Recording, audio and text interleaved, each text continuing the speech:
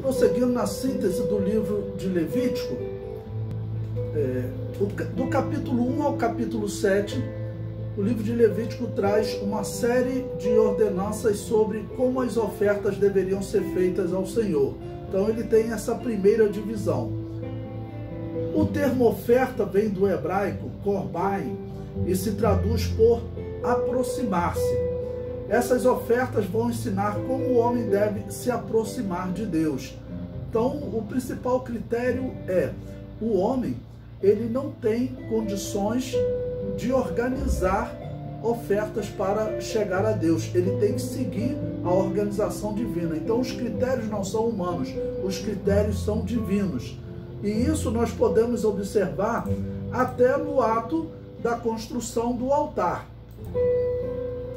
No livro de Êxodo, capítulo 20, versículo 25, nós temos o seguinte: e se me fizeres um altar de pedras, não o farás de pedras lavradas, se sobre ele levantares o teu buril, profaná-lo-ás. Ou seja, o que significa pedras lavradas? Significa uma pedra que foi trabalhada pelo homem, tá bom? Então, quando Deus dá essa ordem que não fará o altar com pedras trabalhadas pelo homem, significa que ele vai pegar a pedra no seu estado original, ou seja, como Deus a criou. Ele é o criador de todas as coisas. Então, o homem lavrar, ele preparar uma pedra, significa que ele alterou, tá bom, o que Deus criou no princípio. Então, a simbologia é: o que eu vou estabelecer como ordem, como culto, vocês devem praticar exatamente como eu estabeleci, como eu ordenei, como eu criei. Por isso a ordenança até ligada a uma pedra que ela não deveria ser trabalhada por mãos humanas. Significa uma oferta seguindo os critérios de Deus e não o critério humano. Número 1, holocausto. Estudando o capítulo 1 do livro de Levítico. Quando o israelita trouxesse oferta de holocausto para perdão do seu pecado, ele deveria, o versículo 4 do capítulo 1 diz: e porá sua mão sobre a cabeça do holocausto, para que seja aceito por ele para a sua expiação. Então o israelita, colocando a mão sobre a cabeça do animal, ele estava como que transferindo o seu pecado para aquele que teria o seu sangue derramado. Assim ele transferia o seu pecado para o animal. Quando o animal era queimado e virava cinza, simbolizava os pecados do ofertante virando cinza. Os pecados do ofertante desaparecendo. Até hoje nós não usamos a expressão virou cinza, né? Porque a cinza você joga no templo, daqui a pouco ela desaparece. Então eles pegavam aquelas cinzas, levavam, jogavam ela no deserto, o vento batia, a cinza desaparecia.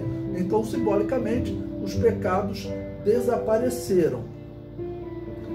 No versículo 4 diz: para a sua expiação. Então, todo esse processo, o homem colocar a mão na cabeça do animal, ele ser queimado e a cinza ser lançada fora, ocorria então a expiação do homem. O termo expiar vem do hebraico kippur e traduz-se por cobrir, tá bom? Jesus Cristo, ele vai fazer mais do que cobrir os pecados da humanidade. Ele vai tirar os pecados da humanidade, tirar os pecados do mundo. O animal deveria ser sem mancha e o ofertante deveria apresentá-la de sua própria vontade. Isso significa que oferta e ofertante deveriam ser sem defeito. Então havia um critério para o animal que ele traria para ofertar. E a pessoa também, ela deveria fazer isso de sua própria vontade. Ou seja, era realmente uma oferta voluntária. A pessoa não fazia aquilo por obrigação, porque alguém impôs a ele, tá bom? Essa atitude era determinante para que ocorresse realmente o perdão da pessoa. Porque se a pessoa trouxesse a oferta de má vontade, seria semelhante ao que se diz no batismo. Se a pessoa se batizar sem realmente confessar os seus pecados, alguns usam a expressão, ele está apenas tomando banho, né? Então, se ele também fizesse o mesmo, né, apresentasse uma oferta sem o seu interior, a sua vontade ser verdadeira, ele estava apenas matando um animal, não haveria perdão.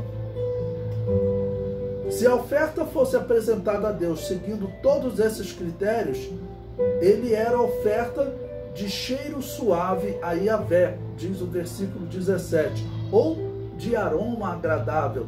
Esse é o significado de cheiro suave. Aroma agradável significa que Deus recebeu essa oferta.